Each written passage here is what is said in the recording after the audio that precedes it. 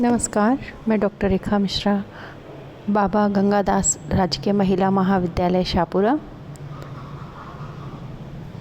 BA part द्वितीय के हिंदी साहित्य के प्रथम प्रश्न पत्र में देव कवि के संकलित पदों की व्याख्या कर रहे हैं। प्रस्तुत पद में गंगा स्नान के महत्व और गंगा स्नान के पश्चात जो स्त्रियां उस गंगा के पुण्यों से बहुत उज्जवल निर्मल हो गई हैं, उनका वर्णन यहाँ किया गया है। गंग तरंगिनी बीच बरंगिनी ठाड़ी करे जपो रूप उदोती। बरंगिनी सुंदर स्त्रियाँ कि गंगा की तरंगों के बीच में सुंदर स्त्रियाँ खड़ी होकर के जब स्नान कर रही हैं तो ऐसे लग रहा है जैसे उनका सौंदर्य और अधिक वर्धित हो गया है, उदय हो रहा है। जैसे उनका रूप यानी गंगा सफ़ेद रंग की उज्ज्वल निर्मल और वो स्त्रियां भी सुंदर शरीर वाली, उस गंगा के मध्य में उनकी शोभा, उनका सौंदर्य और अधिक वर्धित होता जा रहा है। देव दिवाकर की किरणें निकसे विकसे मुख पंकज ज्योति। देव कवि कहते हैं दिवाकर सूर्य कि सूर्य प्रातःकालीन समय है, प्रातःकाल में सूर्य उदय हो रहा है। तो जब सूर्य उदय हो रहा है और सूर्य की किरणें जब निकल रही हैं और वह सूर्य की किरणें जब उन स्त्रियों के मुख पर गिर रही हैं तो ऐसे लग रहा है जैसे मानो उनके मुख रूपी कमल विकसित हो गए हैं, क्योंकि सूर्य के उदय होने पर कमल खिल जाता है। और यहाँ इन सुंदर स्त्रियों के मुख की तुलना मुख का रूपक कमल बताया है। तो जैसे सूर्य के उदय होने पर कमल विकसित हो जाता है, खिल जाता है, वैसे ही सुंदर स्त्रियां हैं। गंगा का सुंदर जल निर्मल जल है और उस पर उदय होते हुए सूर्य की जैसे ही किरणें पड़ती हैं वैसे ही और अधिक कमल की भांति उन स्त्रियों का मुख खिल उठता है। नीर भरी निचुरे अलके छुटके छलके मनोमांगते मोती। अलके बाल,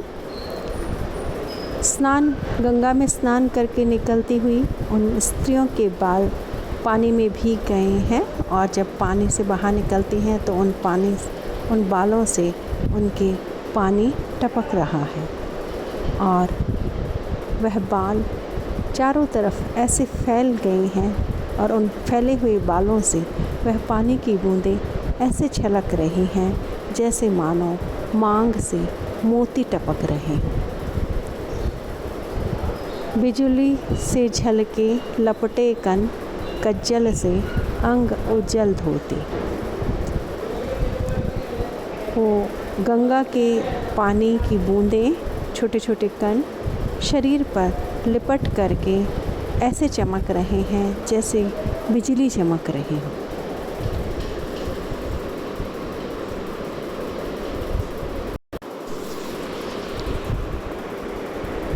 उनके काले रंग के बाल हैं और उन बालों में गंगा का निर्मल जल लगा हुआ है और वो जल की बूंदें टपक टपक करके विद्युत की जैसे आभास दे रही हैं।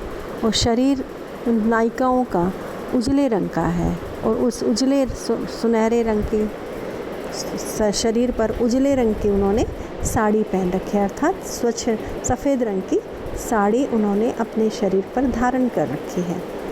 तो काले बाल हैं, गोरा उनका शरीर है और उस पर गोरे रंग की साड़ी पहन रखी है। ऐसे उनके शरीर पर ये बालों से लिपटे हुए कण जो सूर्य की किरणों के संपर्क में जब आ रहे हैं तो मोतियों जैसे बिजली की भांति चमक रहे हैं और इन स्त्रियों की सौंदर्य को और अधिक वर्धित कर रहे हैं। प्रस्तुत पद में सौंदर्य बोध है, बिंबात्मकता है और रूपक, अनुप्रास और उपमा अलंकार का प्रयोग हुआ है।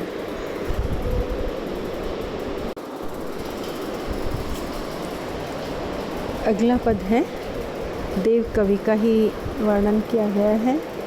इसमें देव कवि अपने आप को, अपनी आत्मा को नायिका के रूप में चित्रित कर रहे हैं और यह नायिका श्री कृष्ण रूपी परमपिता, क्योंकि आत्मा परमात्मा का ही अंश है, इसलिए यह नायिका रूपी आत्मा परमात्मा रूपी कृष्ण के अनन्य प्रेम में डूबी हुई है और एकमात्र उस परमात्मा रूपी श्री कृष्ण को ही चाहती है।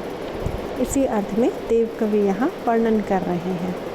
कोई कहो कुलटा, कुलीन अकुलीन कहो, कोई कहो रंकनी कलंकनी कुनारी हो।